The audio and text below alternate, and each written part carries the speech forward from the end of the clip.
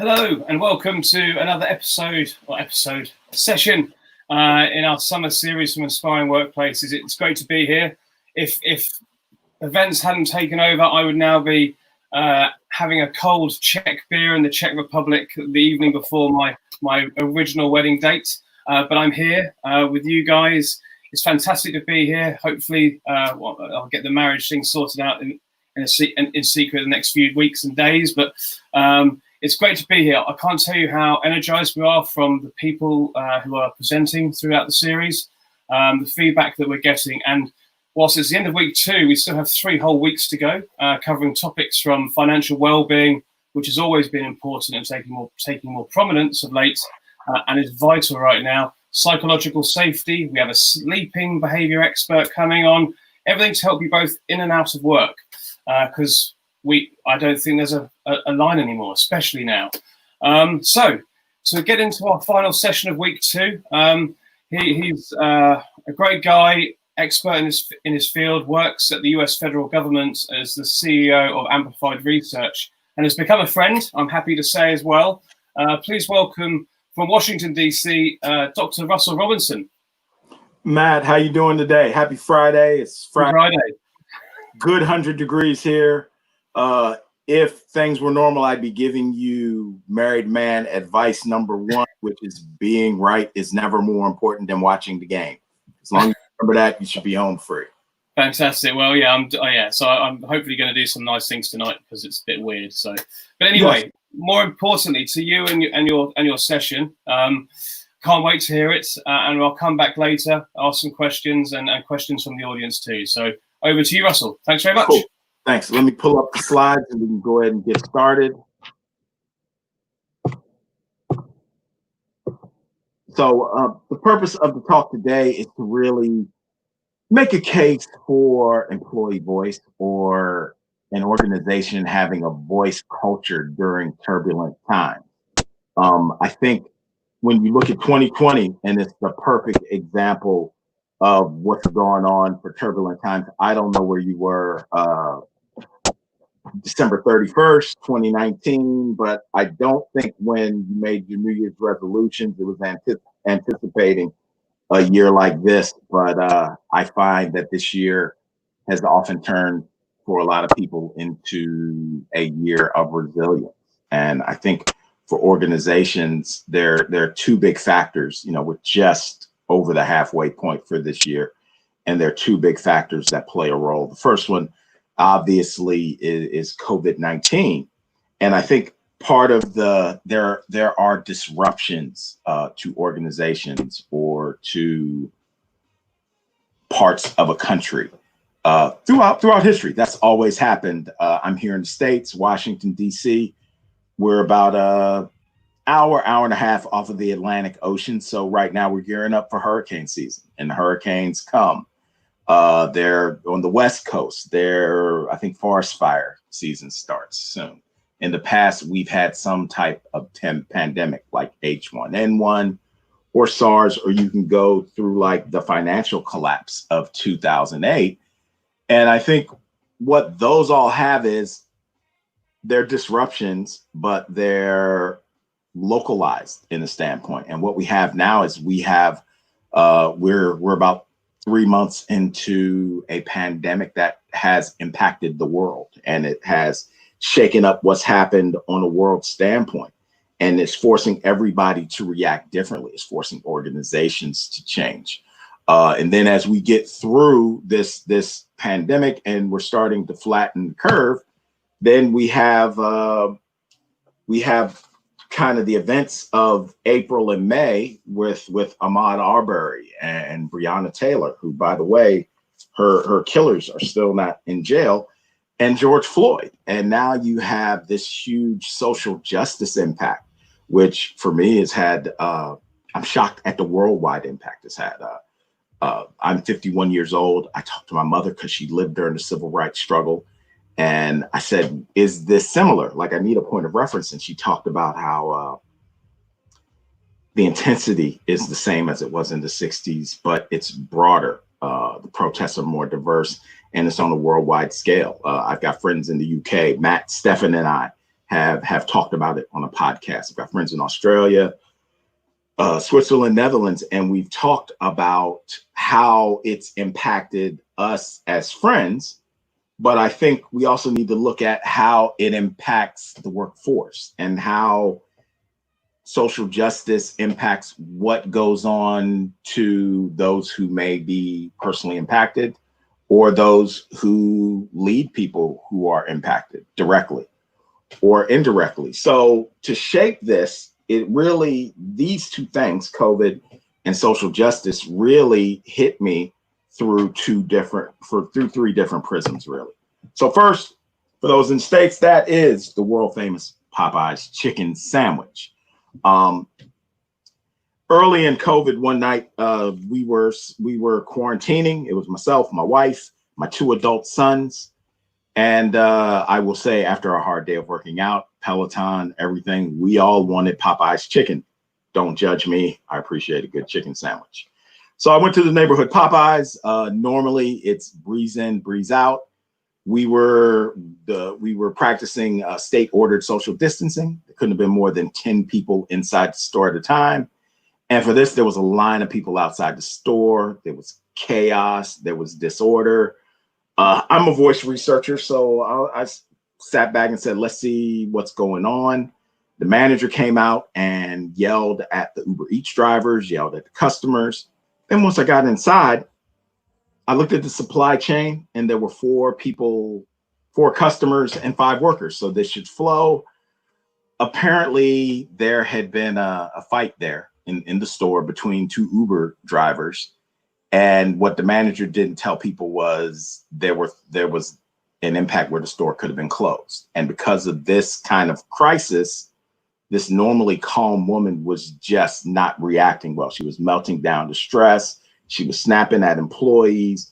During this type of crisis impacted by COVID, she was really struggling with communication.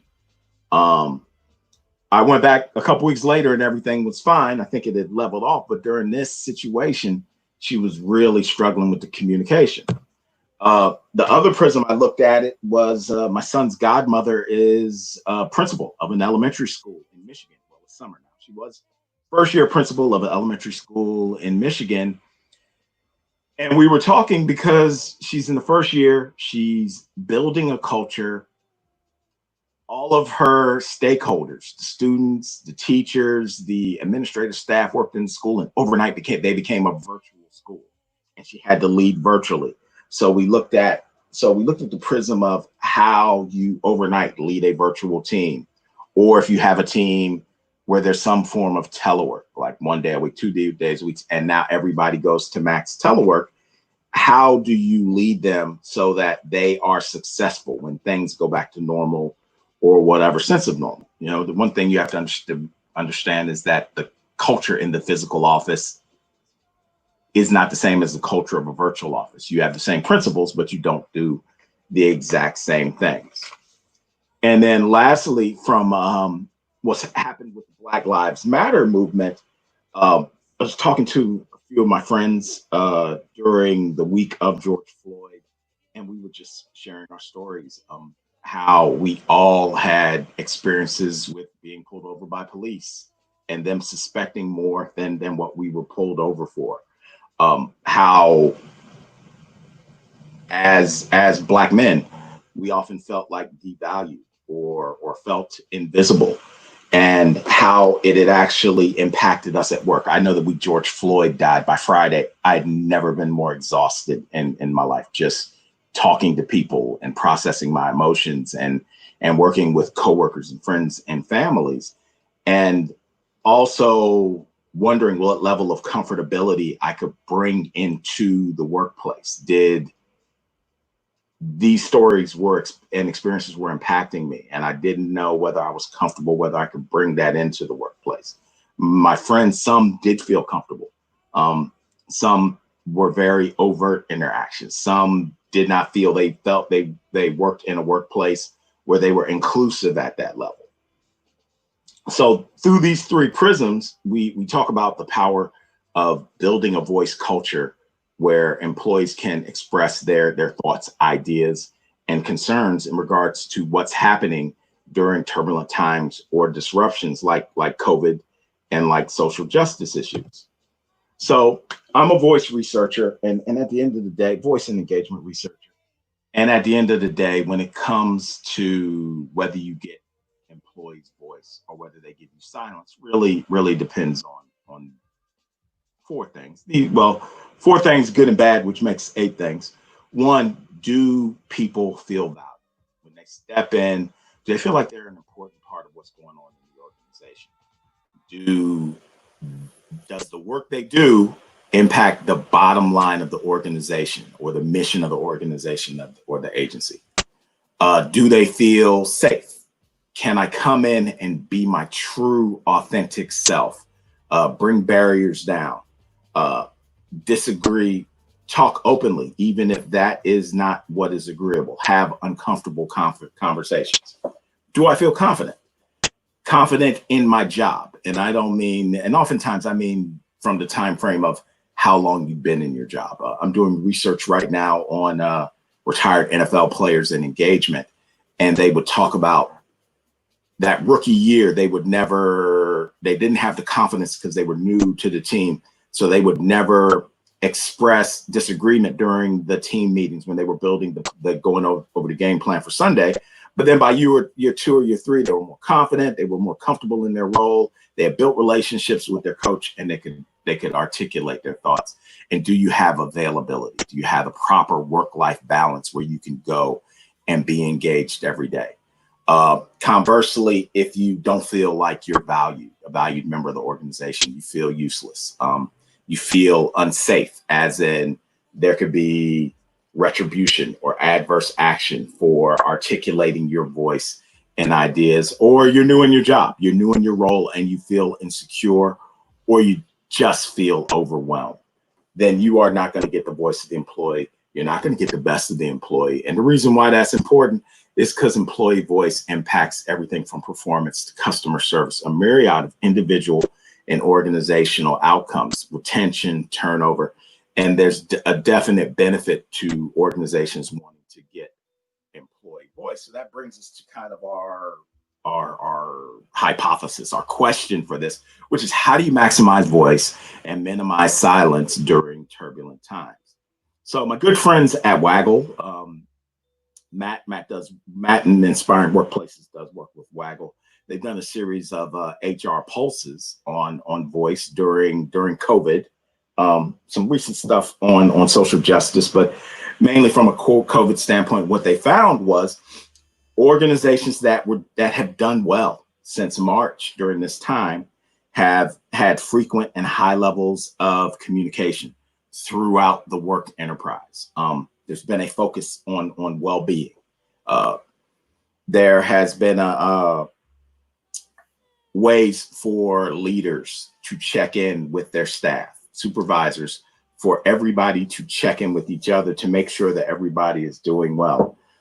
There's been a focus on ways to mitigate and enhance work-life balance. There's also been honest conversations, and through technology, they found ways to enhance the virtual or create virtual connections. So we'll get into those because what we're really looking at, before we get into what you need to do, we need to come up with the assumptions. So this is the TV show Power with 50 Cent. And when I put this slide together and talking about voice, it hit me that I think Tommy on the far left got killed off. And at the end of last season, Ghost in the middle got shot. And I don't know whether those things happen because they exercise their employee voice, but this is my slide deck. So we're going to say they were just in random car accidents and they're fine. The reason why I like this slide is because for this type of presentation on voice or engagement or recognition or anything that improves the workforce, you need to talk about the three big assumptions that you have. First is that the leaders are willing to share power. Anytime you are giving voice to people or you want to hear their feedback in an honest and authentic way, you are sharing your power.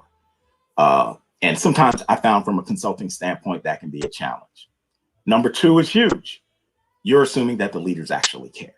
And I cannot tell you how many times, from a consultant standpoint, we have found leaders that really just don't care. I remember I worked for a company once where, you know, where they say 10% of the people do 90% of the work. That group was happy doing 90% of the work. If they could, they would do 95% of the work. And the other 90% of the workforce was really just there not to get in their way. They didn't care. They didn't want to know what was going on. They didn't want employees to bring anything outside of whatever impacted their world. And then last but not least, everybody has emotional intelligence. And I think emotional intelligence is critical, because for me, as a researcher, as an employee voice, employee engagement guy, the biggest takeaway I get from 2020 is really organizations have to have leaders that are strong in emotional intelligence. I mean, they also have to be agile and know how in that environment to maintain accountability. But as we become more of a knowledge-based workforce and the world becomes flatter, the need for employees to feel involved and to have a voice and to have a sense of empowerment and ownership is driven on having emotionally intelligent leaders. So now let's get into kind of the four things that help build a voice culture, which are that we'll talk about today, which are leadership, communication, connection, and wellness. So this is my guy, Manchester United's Sir Alex Ferguson. I was talking to Amy earlier. She's a Liverpool person. I didn't know Liverpool could actually win, but they won. They're still in second, but they won. But I really got into Manchester United because of Alex Ferguson's theory on leadership. And as it relates to COVID, like being a leader is hard right now. You have to juggle a lot. You oftentimes, if you look at COVID, the situation is evolving, and a lot of times you don't have the right information, but you have to find ways to communicate. So you kind of have to captain the ship, chart the course, be the lighthouse, provide the anchor, maintain morale and calmness in situations where maybe you don't have the information. The information could be changing overnight. You still have to be held accountable, especially if you're middle managers. You know, during disruptions, a lot of times those middle managers are not included in the decision-making process, but they're hearing from the front line what's wrong firsthand, and they've got to wear several different hats. So from a leadership standpoint, what I found to build that voice culture is you have to be a leader that knows how to make that that can focus on humanity, that can make that connection. And you can let people know that they can trust you, even if the situation may change. So it's Friday. Maybe you don't know what's going on Monday, but Tuesday you have an update and you can provide it. And then Wednesday that information changes. A leader has to be agile and flexible in that way, and yet still hold people accountable. And from an accountable standpoint, it's literally looking at a person and say, okay, you're working from home right now. Your spouse is with you. You got young kids. You got a homeschool now. We've got a deliverable due. When can you give me the deliverable? And then what type of oversight do you need from me?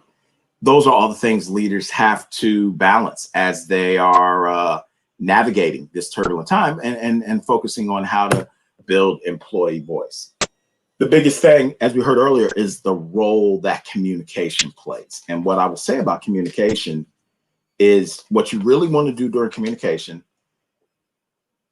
is you want people to feel connected, and you need to have a leadership cadence. And there's no one set cadence.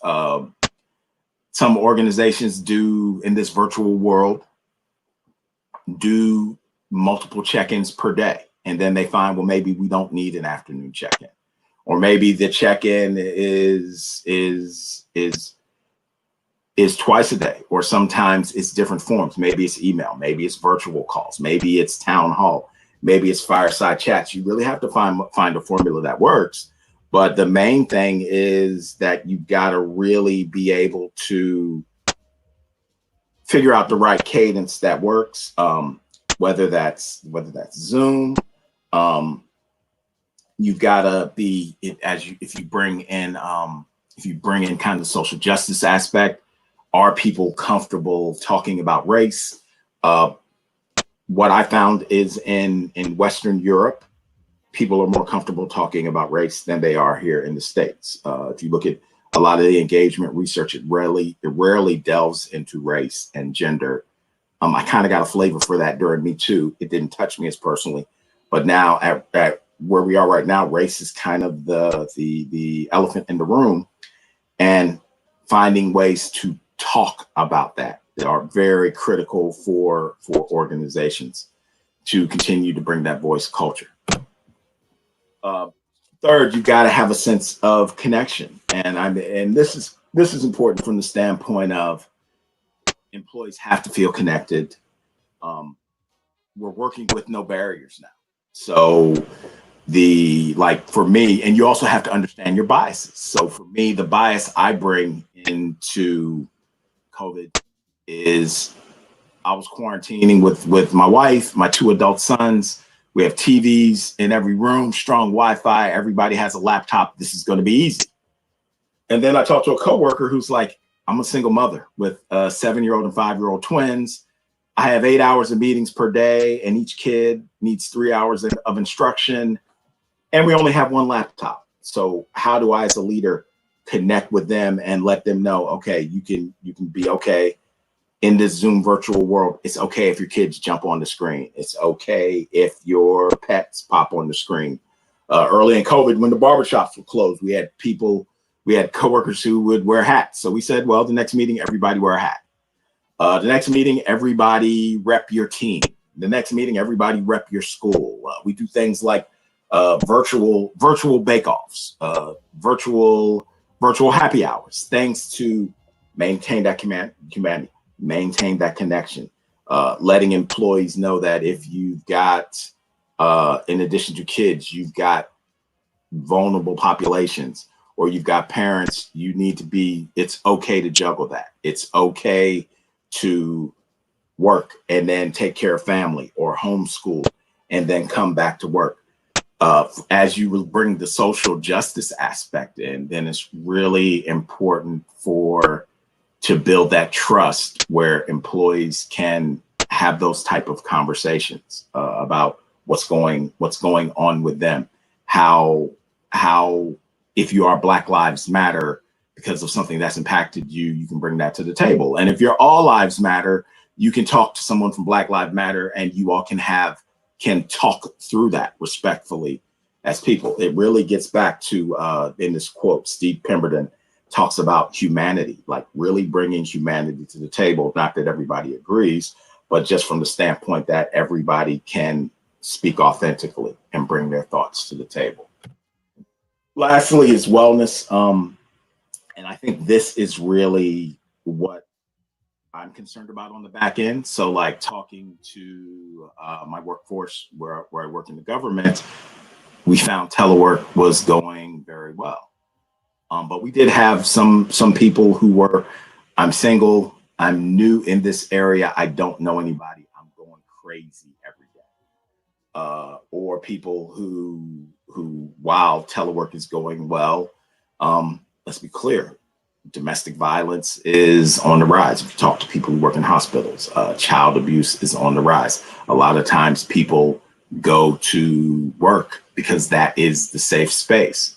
How do you create that environment where if you're HR, you can't tell people what to do in those situations, but you can say, here are the tools that are available. It also focuses on physical wellness. So a lot of vendors here in the States, Peloton, Core Power Yoga, Gold's Gym, Planet Fitness, were offering their content free online. The main thing is that you get some form of routine in. It's a little hotter now. I have a good friend, Patrick Malone at American University, who says nobody tells you who you are from a fitness standpoint than the floor. You can hop on the bench and bench press 235 pounds. How long can you plank on the floor?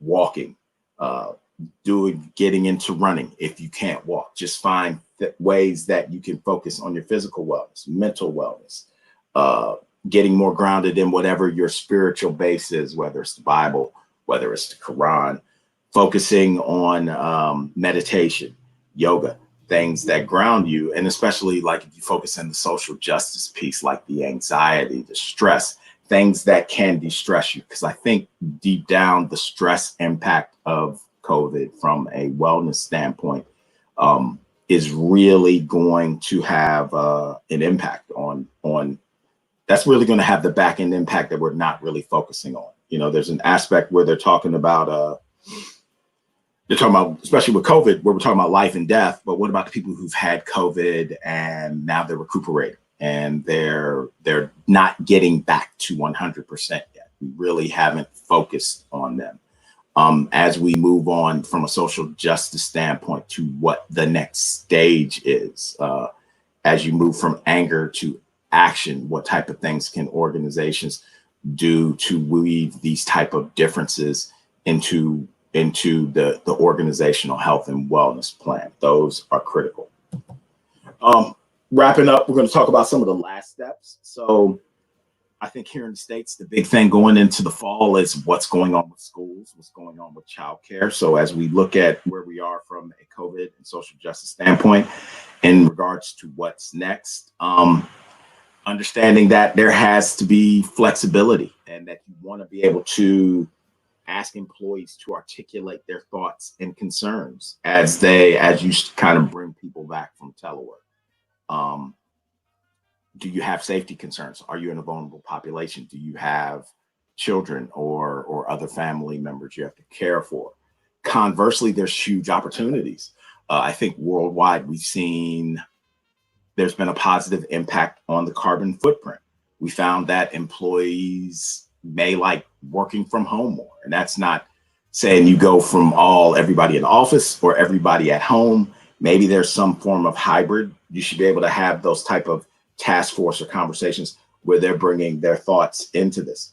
What are the opportunities? You know, going back to my son's godmother, who's an elementary school teacher, in whatever new sense of normal there is, she's found that teachers who were fearing technology in the virtual in the virtual world don't fear it as much. How do you incorporate that into the curriculum and the day-to-day business ops so you can foster a better connection between your stakeholders? And as we look at a virtual world and the world being flat, also focusing on ways that we can look at connection. Because I think one of the things we're missing in this is that as we become a society that spends more time in front of screens and smartphones, we can connect more, but we have less connections. And I think I'm reading a book right now on listening that really focuses on the role loneliness plays, which really gets back to connection, communication, wellness, and leadership. So when you focus on those things, then I think that's how you bring that voice culture and focus on ways where employees feel, going back to what drives them, they feel valued. They feel like they're operating in a safe space. They're confident when they come to work and they have that availability to give you their all. So a little bit about me. I'm Russell Robinson. I wear a few hats. Got a couple of research things going on right now. We're exploring, myself and Dr. Nicole Dillard at Northern Kentucky University are exploring engagement and identity as it relates to women of color in the public sector. That's really fantastic. Really mind blowing from an engagement standpoint when we bring gender into engagement, like fully, like I don't mean a survey, like we ask women about their experiences. I'm totally blown away by the data that we've gotten thus far. I've got a never ending research project exploring NFL players and engagement. On my website, Amplified Research, I've got pods, I've got articles, I've got some stuff. I'm also a public speaker. With that being said, Matt, I'm ready for questions if there are any, sir.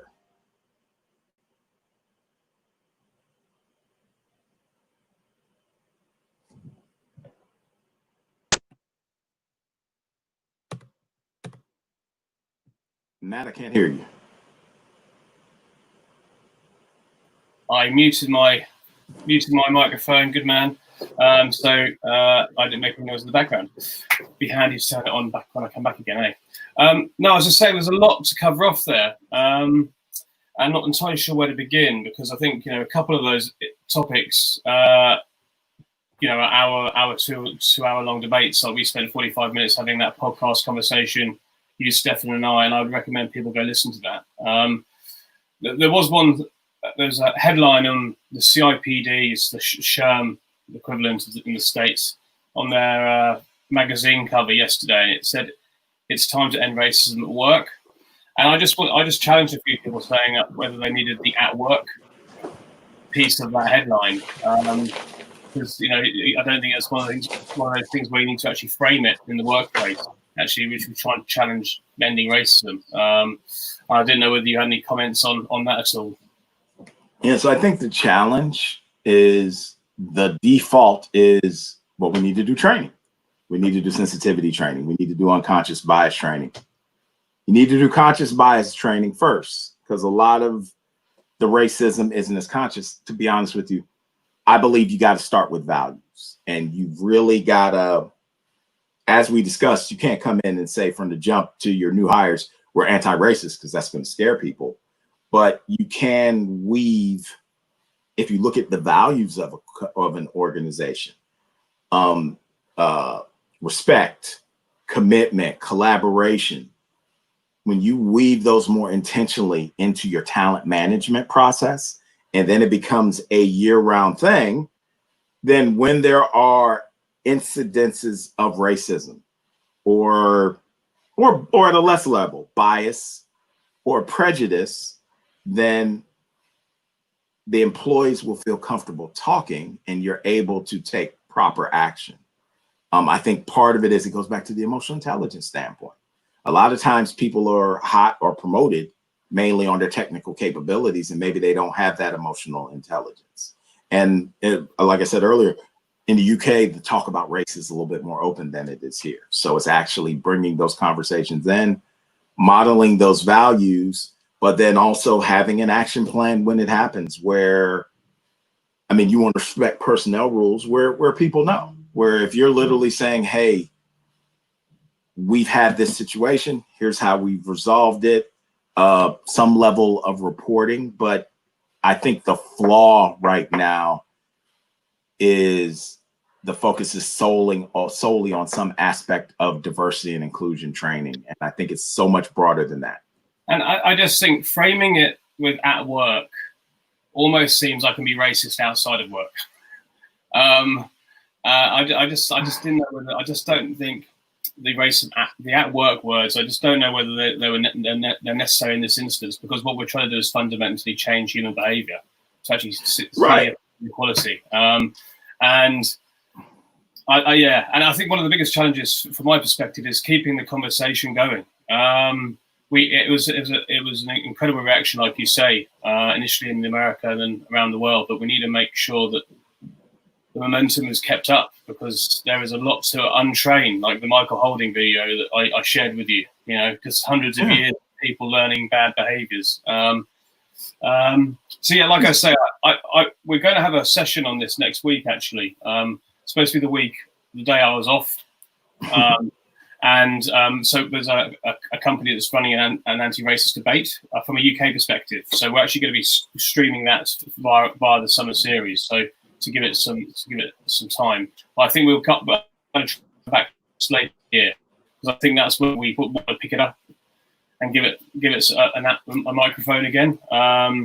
So moving on, there is a quick question from Everett. On your screen, I think hopefully you can see it. Can you tell us the title of your book you're reading about connection and loneliness? That would be I believe it's called Are You Listening? I will find it and I will shoot it to Matt, and then he can get it to Everett. We'll put it in the post that accompanies the on-demand video, Everett. Yeah, good question. But Matt, let me go back to the comments you just made though. So there's some things that are going to work to keep the cadence up, which, to be honest with you, there are going to be more from the social justice issue. There are going to be more videos coming up because there are a lot of videos. So cadence will continue. I think people at a personal level and organizations have to be intentional about what actions they're going to take. Like once you pass anger, what are the actions? And now as it moves into the workplace, well, if you're telling me you're going to be anti-racist, then if I look at your website, I need to see diversity. If I, a Black man, come into your organization day one, I need to be able to have line of sight that I can make it to the C-suite or I can make it to the board. People like to see people who look like them. And then I think from a voice standpoint, organizations, as they are finding anti-racism Jesus in a sense, they need to do some level of assessing what type of organization they have. So for example, Adidas puts out their anti-racism statement, and then their Black employees come out talking about how uncomfortable they feel, and their head of diversity and inclusion resigns.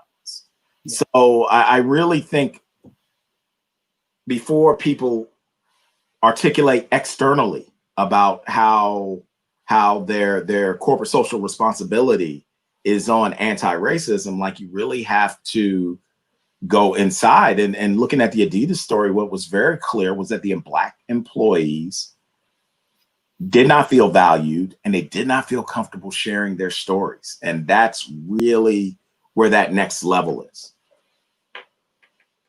Absolutely. I'm just wondering if I raise other comments, because it's a powerful way to end. One thing that did strike me though was the connection piece. You brought up the work human quote, and the fact that everybody needs to be seen and heard. And it reminded me of a story, actually. We had an unsung hero category that we're changing up in inspiring workplaces. But it was basically for those unheard people that helped deliver employee engagement with an organization that embody it, that personify it. And there was one man called Luis Maldonado who won it one year in North America. And he was basically Sanofi Pasteur created vaccines, very relevant right now. And the vaccines they were creating were for babies in Africa. And they had a quality control issue. So on the manufacturing side. So, i.e., vaccines get thrown away, babies die. That was literally the cause and effect. So they wanted to try and see how they can increase employee engagement within that organization. And they asked their employees for ideas and voice and got people to speak out. And Luis Maldonado, I invited him to speak at one of our conferences where you have all the HRDs and VPs and this.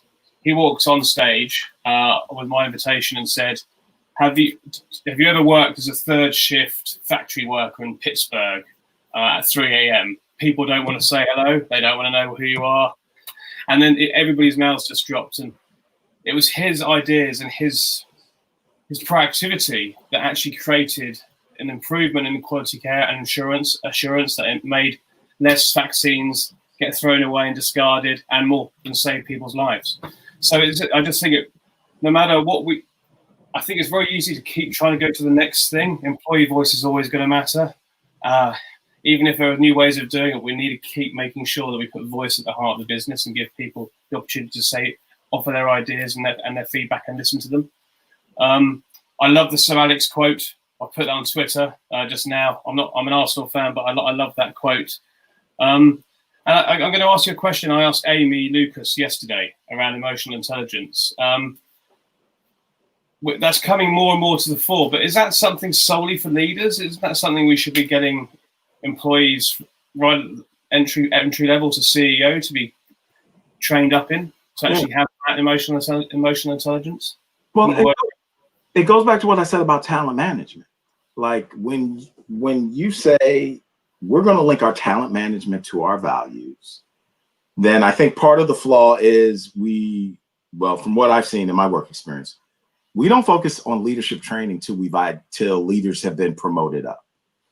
But when you start to weave that emotional intelligence, the empathy, the caring, the self-awareness, self-actualization, humanity, and you weave that into your organizational, you weave it with the values, but then you train on it for every employee. Now, various levels training of in regards to an entry level, fresh out of school person, the training would be different than someone who's moving from first level supervision to second level supervision. But if you're weaving those theories in and you're making them a part of your values, then it's going to automatically be part of who's moving throughout, who's being promoted throughout the hierarchy. But it also gives you the opportunity earlier in someone's career where if, let's say I check all those boxes, I don't deal with constructive criticism well. Well, we've also woven in, and you're my supervisor, then we've woven into the individual development plan where every year you and I can sit down and you say, hey, Russ, we really need you to work on this. And here's the training we're going to provide. So it's way more holistic. So I think part of the challenge is waiting till these people are moving into leadership standpoint is missing the boat. And what it also means is whoever your organizations are cheating themselves for who they identify as their high potentials. Because when you weave it into all aspects of organizational training, there are going to be people who are going to rise to the top or be stronger in emotional intelligence who you may not have considered to be high potential employees. Fantastic. Well, unless there are any other questions from the audience, I'm going to leave you to your Friday afternoon and my weekend and say thank you very much. Have you got any comments in closing?